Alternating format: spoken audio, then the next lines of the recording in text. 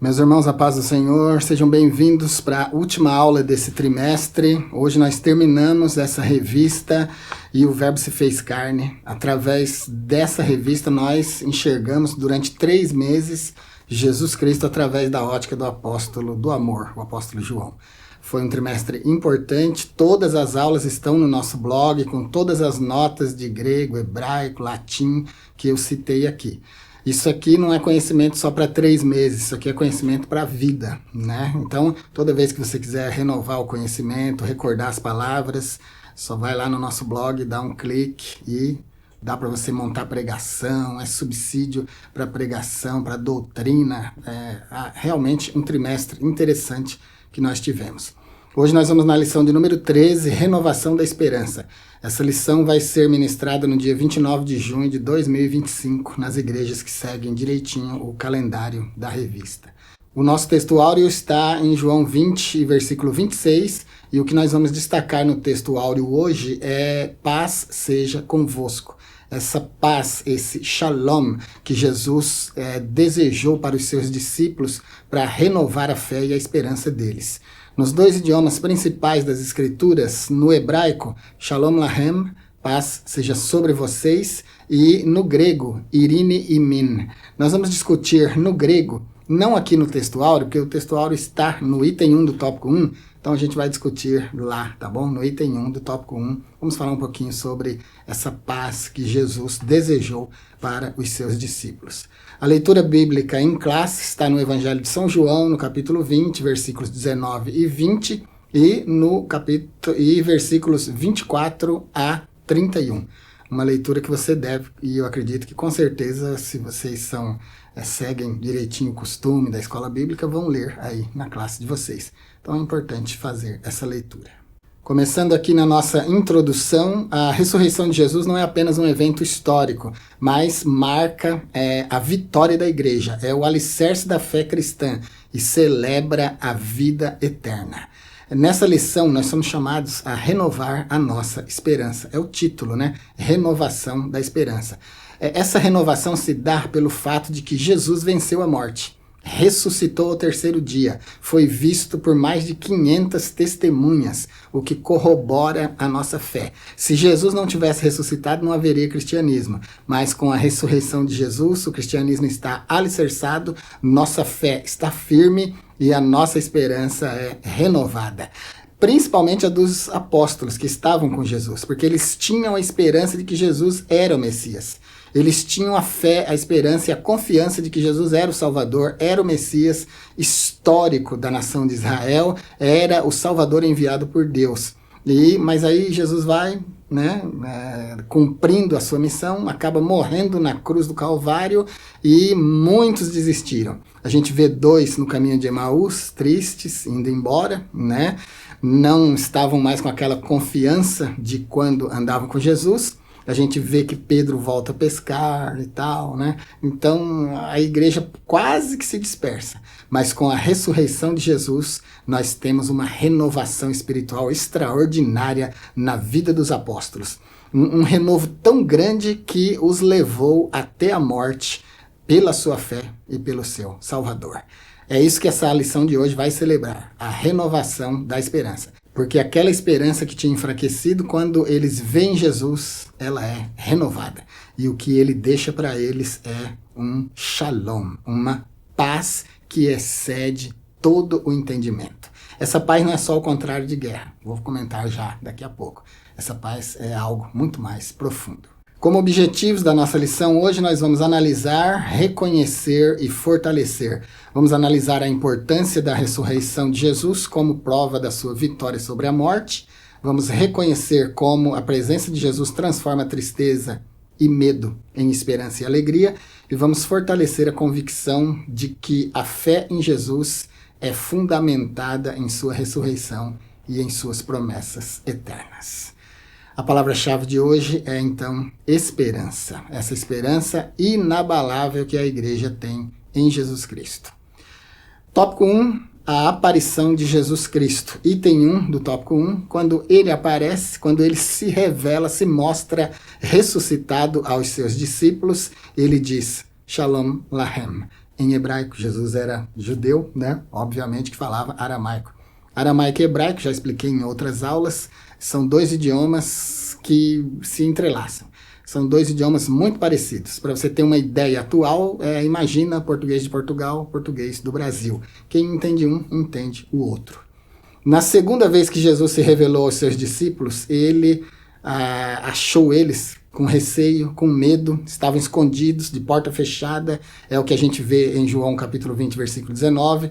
Esse lugar era em algum ponto da cidade, né? Era um cenáculo, onde eles estavam ali de portas trancadas e com medo da perseguição, com medo dos inimigos, né? Da fé cristã.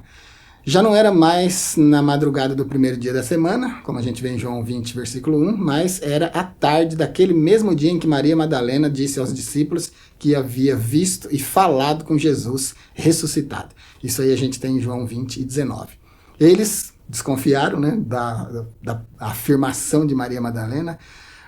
Veja como é incrível. A gente está tão acostumado, né, com Jesus. A gente está 2000 anos depois desses acontecimentos e a gente está tão acostumado com o relato bíblico de que Jesus morreu e ressuscitou ao terceiro dia, que para nós parece coisa incrível que os discípulos não acreditassem que Jesus tivesse ressuscitado.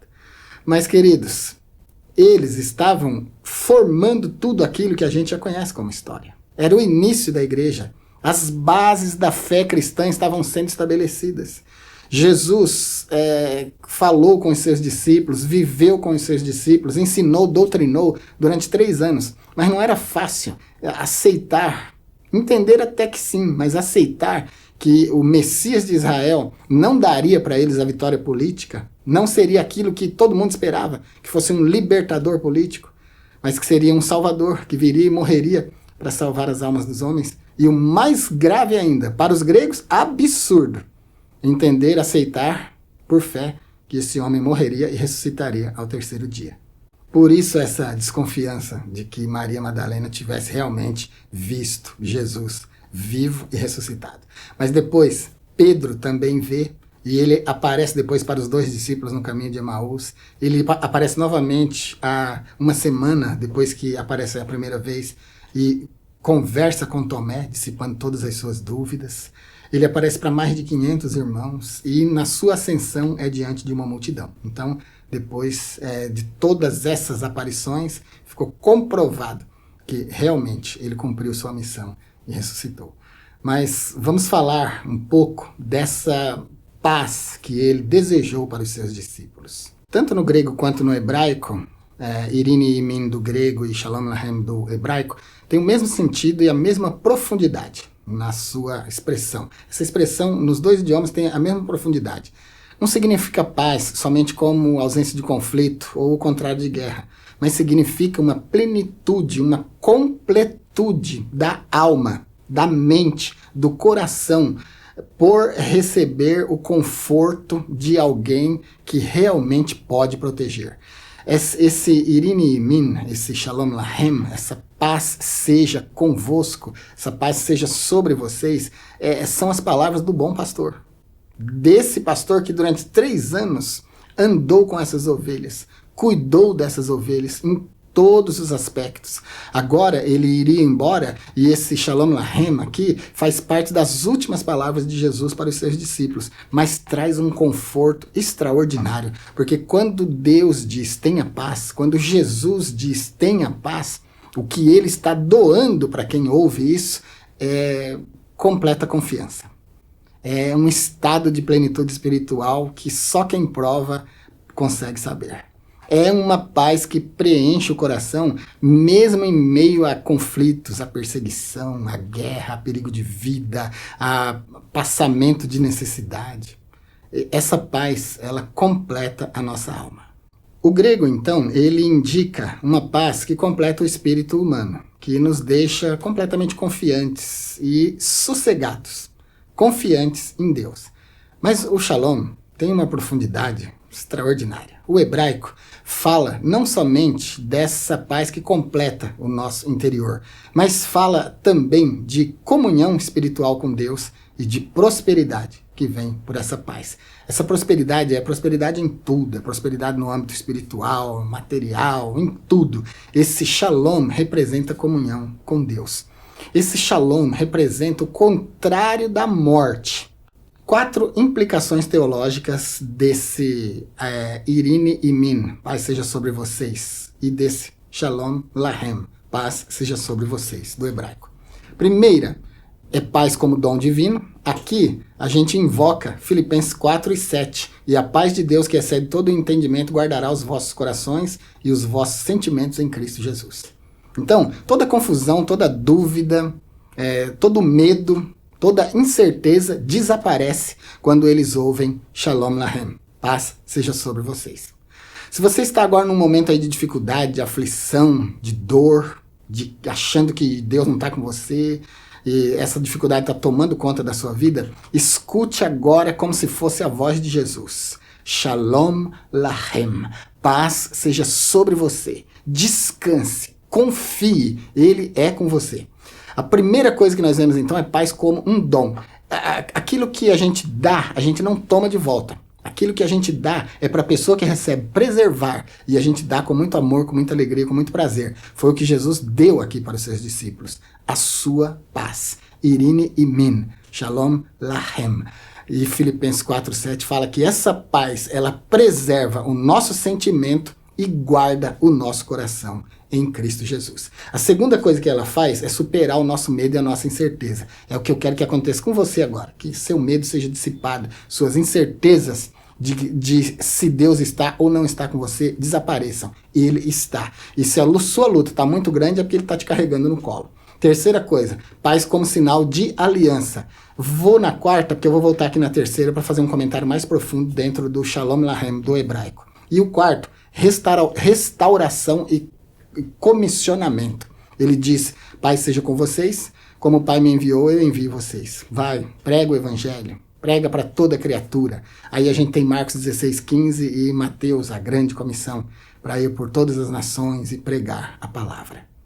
A terceira implicação teológica que nós temos nesse Irine e Min, nesse Shalom Lahem, nesse paz seja convosco, é a de que essa paz é um sinal de nova aliança. No passado foi um sinal de aliança e agora é um sinal de nova aliança. No livro de Números 6, versículos 22 a 27, nós temos a Birkat Kohanim, a bênção sacerdotal. Lá, o Senhor diz para Moisés abençoar o seu povo dessa forma. Yevarecha Adonai veishmerecha, o Senhor te abençoe e te guarde. Yaer Adonai panavelecha vichunecha, o Senhor faça resplandecer o seu rosto sobre ti e tenha misericórdia de ti. E Issa Adonai panavelecha veiassim lecha shalom, o Senhor sobre ti levante o seu rosto e te dê a paz. Veja que aqui na bênção sacerdotal nós temos bênção e paz sendo concedida ao seu povo. E essa Birkat Kohanim, essa bênção, termina com o Senhor te dê a paz. Veiassim lecha shalom. Esse shalom, então, era um sinal de aliança com Deus. Deus, através da sua presença, através dos seus emissários, dos seus anjos, andando e protegendo o povo durante a caminhada no deserto, essa paz e essa bênção era como que um contrato de proteção com o povo de Israel. Então, a bênção sacerdotal indicava isso, a proteção e a paz de Deus, para aquele povo caminhar no deserto com segurança, confiando de que do mesmo jeito que Deus livrou eles da mão de Faraó, e guardou durante o caminho, travessia do mar, os levaria em segurança e em paz. Paz aqui agora como ausência de guerra, como conforto espiritual e como tudo mais. Mas principalmente como aliança. Deus estava fazendo com o seu povo uma aliança que garantia bênção e paz. É o que nós temos na Birkat Kohanim, na bênção sacerdotal. Mas agora, quando Jesus chega no Novo Testamento, depois de ressuscitado, a lei de Moisés sendo cumprida, já tinha sido cumprida por ele. E agora ele chega e diz para os seus discípulos, a base da igreja, os apóstolos, a base da igreja, melhor dizendo, né? Porque discípulos são todos os que seguem Jesus, mas os apóstolos são 12 exclusivos. Então ele chega ali para esses e diz, Shalom Lahem, paz seja sobre vocês. Essa paz agora, o fundamento dessa paz agora é diferente do que era na lei. Na lei era um contrato, né, entre Deus e o seu povo, onde Deus garantia sobrevivência, onde Deus garantia bênção, onde Deus garantia vida e paz. Então, dependia de Deus estar com o povo, dependia da bênção de Deus, para que eles tivessem ou não paz. Agora, não depende mais dessa coisa que é praticamente física. Agora depende somente da comunhão. Todo aquele que recebe Jesus como Salvador pode experimentar essa irine, essa paz do grego. Pode experimentar essa shalom, essa paz do hebraico, que não é só o contrário de guerra. Não é só estar bem financeiramente, empregado, com casa boa, resolvendo todos os seus problemas, mas é uma coisa interiorizada, que descansa a mente e o coração. E é isso que Jesus dá quando ele pronuncia Shalom Lahem. E no item de número 2 nós temos o registro das aparições de Jesus depois de ressuscitado. Ele aparece, depois que ele ressuscita, ele permanece ainda aqui na Terra por pelo menos 40 dias. E durante esse período ele aparece por pelo menos 10 vezes. Aparece primeiro a Maria Madalena, junto do túmulo, que estava vazio. Depois aparece para outras mulheres, depois aparece para Pedro, depois para os discípulos no caminho de Emaús, que é a quarta aparição, a quinta, os discípulos reunidos na casa em Jerusalém, quando Tomé não estava presente, a sexta aparição na presença de Tomé, onde dissipa toda a dúvida de Tomé, a sétima aparece para 7 discípulos junto ao Mar da Galileia, a oitava aparição foi para os apóstolos e mais de 500 irmãos, um testemunho extraordinário. Na nona aparição se dirige a Tiago, seu irmão, e na 10ª se manifestou uma última vez na sua ascensão no Monte das Oliveiras. Todo mundo que estava ali testemunhou a sua subida. Então, a ressurreição de Jesus é um fato. A ressurreição de Jesus é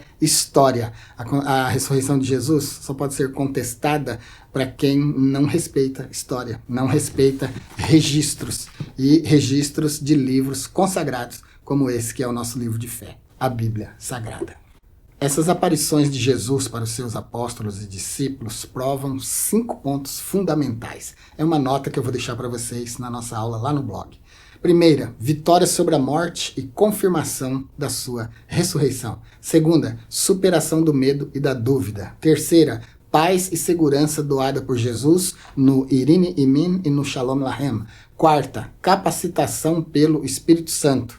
E quinta, direção, propósito e envio para a missão.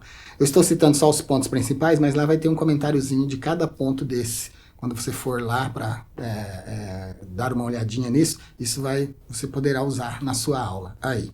E o item de número 3, preciosas lições. Esses 5 pontos fundamentais que eu acabei de citar aqui, eles já são em si lições preciosas que a gente tira da ressurreição. Mas o item 3 aqui destaca pelo menos 2 pontos importantes. A primeira lição é a gente entender que a ressurreição de Cristo é o ponto culminante da fé cristã. Quando Paulo escreve aos Coríntios, na 1 aos Coríntios 15, 14, lá nós lemos: e se Cristo não ressuscitou, logo é vã a nossa pregação e também é vã a nossa fé. Então, sem ressurreição, sem cristianismo. E a segunda lição revela a grande alegria de toda a igreja que estava começando em saber que Jesus estava vivo. E ainda temos uma terceira lição, que é a renovação da esperança e a promessa da ressurreição dos mortos em Cristo. 1 aos Tessalonicenses 4, de 4 a 16. Porque o mesmo Senhor vai descer do céu, com alarido, com voz de arcanjo, com a trombeta de Deus. Os que morreram em Cristo ressuscitarão primeiro, depois nós, os vivos, seremos arrebatados para encontrar o Senhor nos ares, e assim estaremos sempre com o Senhor. Essa é a grande esperança da igreja. A ressurreição de Jesus, então, traz grandes e extraordinárias lições para nós, seu povo. Tópico de número 2, a aparição de Jesus, a esperança e plena alegria. Item 1 do tópico 2, o medo deu lugar à esperança. Com a crucificação, morte e sepultamento de Jesus, o medo, a frustração, a desesperança surgiram no coração dos discípulos. A cena dos 2 discípulos no caminho de Emaús, aquela cena de desânimo, de descrença, de meu Deus, a gente esperava que ele fosse o Redentor de Israel, a gente achava que ele era o Messias e agora já é o 3º dia desde que ele morreu e nada. Aí Jesus se apresenta para eles, trazendo esperança no lugar de medo e de desalento.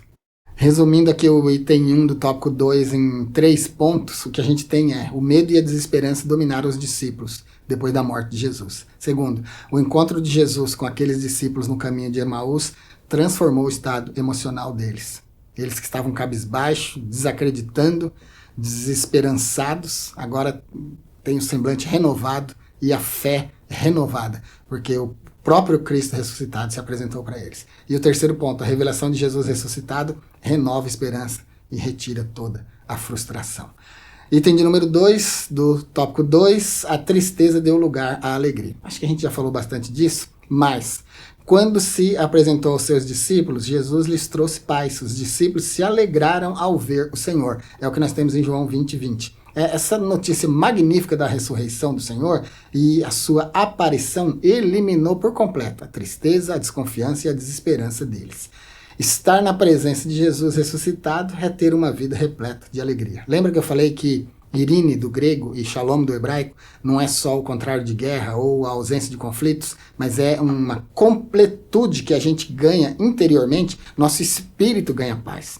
Nosso coração, nossa mente descansa em Deus quando Ele fala conosco. Então, isso é um ponto-chave aqui da nossa lição.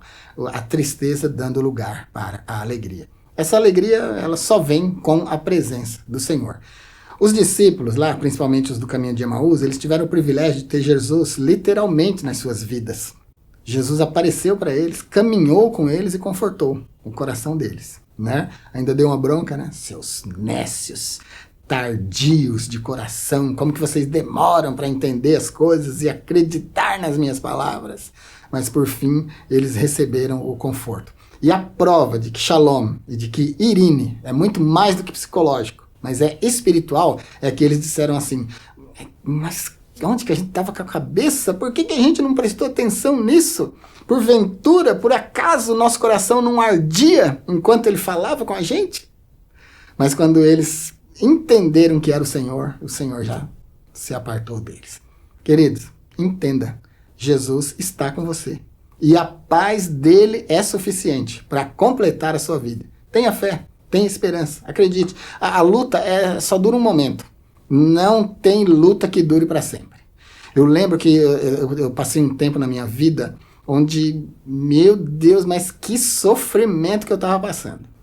E um irmão chegou para mim, inclusive meu irmão mesmo, mas ele não sabia do meu íntimo, meu irmão de carne mesmo, mas ele não sabia do meu íntimo. E ele chegou para mim e disse assim: não tem luta que dure para sempre. E aquilo foi um conforto para mim, como se Jesus tivesse falado comigo.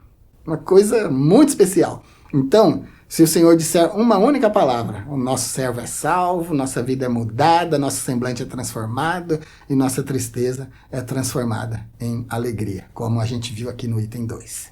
Resumindo o item 2 também em 3 frases, todas essas frases de resumo aqui do item 1, do tópico 2, do item 2, do tópico 2, estou deixando tudo na lição para vocês lá no blog.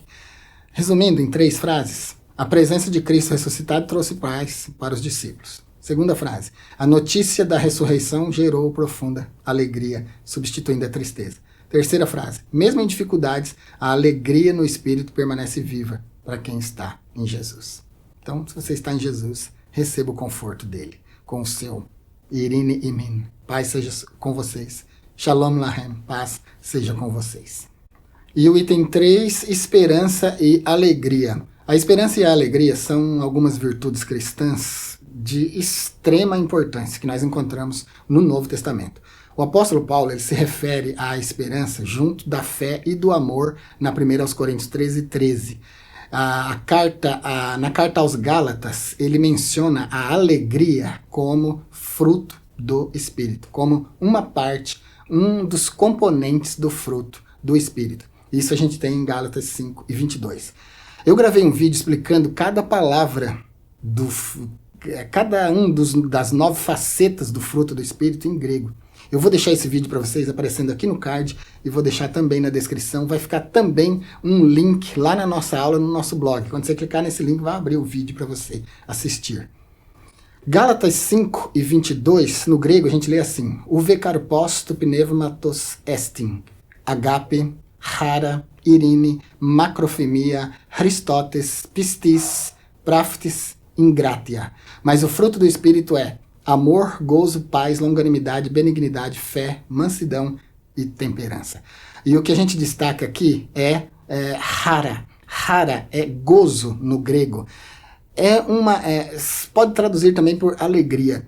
É uma alegria tão completa que nem a guerra, nem a necessidade, nem a perseguição pode tirar de nós. Resumindo aqui o item 3 do tópico 2 em 3 frases. Primeira, a esperança e a alegria são virtudes centrais da vida cristã, segundo o Novo Testamento. Segunda, Paulo associa essas virtudes, fé, amor, ao fruto do Espírito.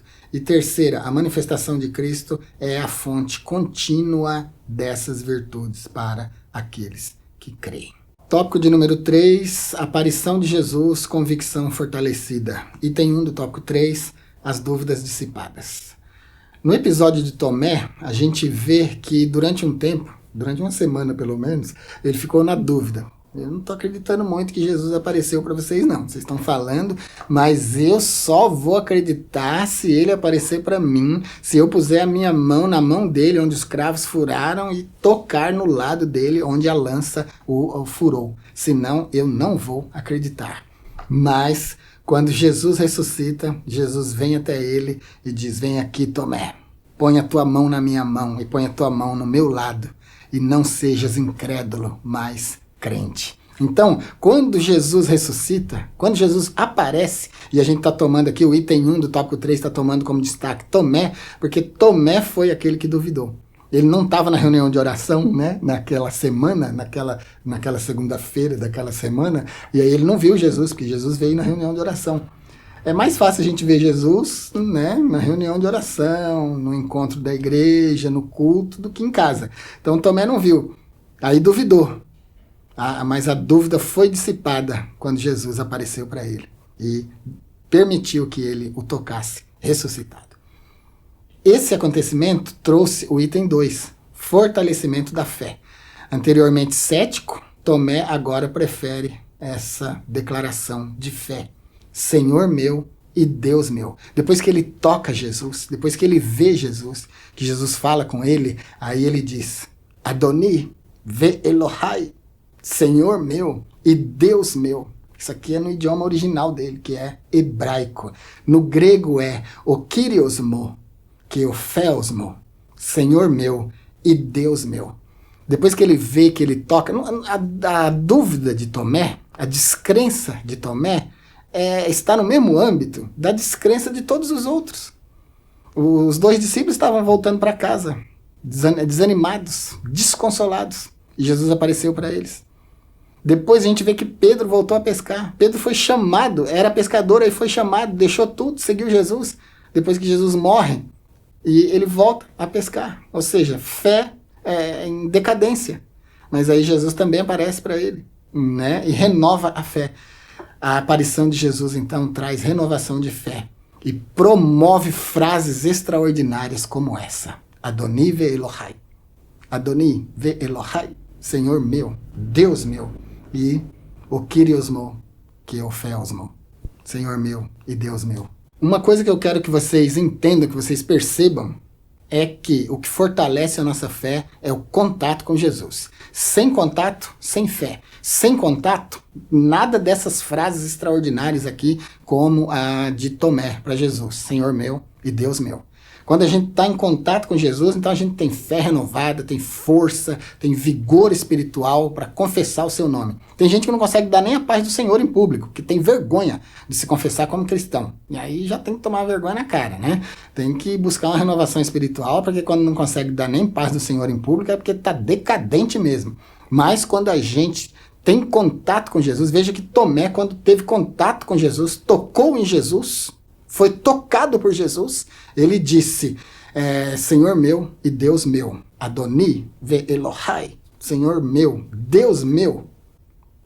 Pedro também, em Mateus 16 e 16, era momento de ministério corrente de Jesus. Jesus ainda não estava aqui nos seus últimos momentos. Em Mateus 16, 16, Jesus entrevista os discípulos, ele pergunta assim, o que o povo diz a respeito do Messias? Aí eles disseram assim, olha, uns dizem que é Jeremias, outros dizem que é algum dos profetas e tal. E aí Jesus pergunta, mas e vocês?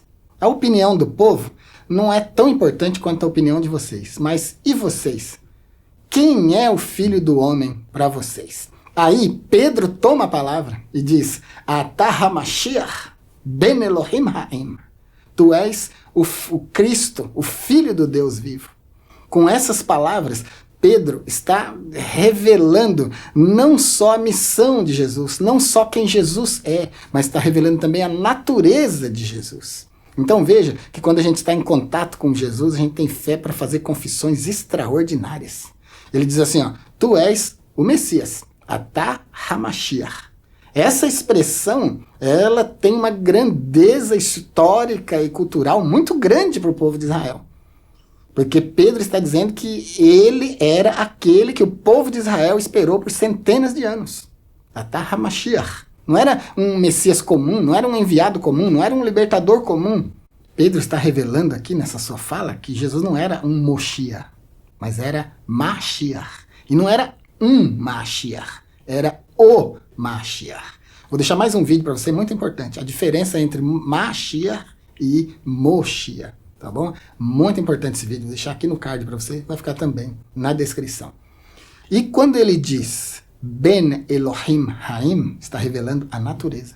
Quando ele diz tu és o Messias, Atah HaMashiach, está revelando a missão. Quando diz Ben Elohim Haim, filho do Deus vivo, está revelando a natureza. Porque o filho traz a natureza do pai. Nós somos humanos, temos filhos humanos. Nossa natureza é humana. A natureza dos nossos filhos é humana. Jesus traz a natureza do pai. Se ele é filho, como Pedro afirma, Ben Elohim Haim, filho do Deus vivo, então está revelando a natureza de Jesus. É igual com o pai. E revela ainda uma terceira coisa extraordinária. Que esse Deus não é como o Deus das nações, mas é um Deus vivo. Elohim Haim.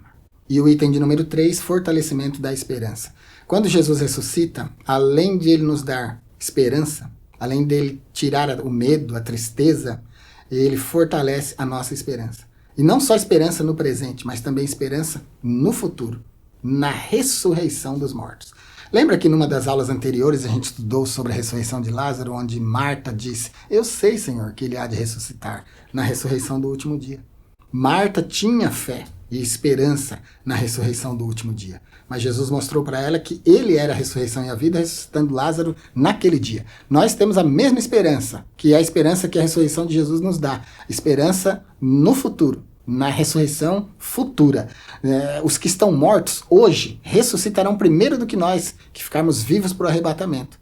E nós seremos arrebatados depois da ressurreição deles. Nos encontraremos nos ares. E assim estaremos sempre com o Senhor.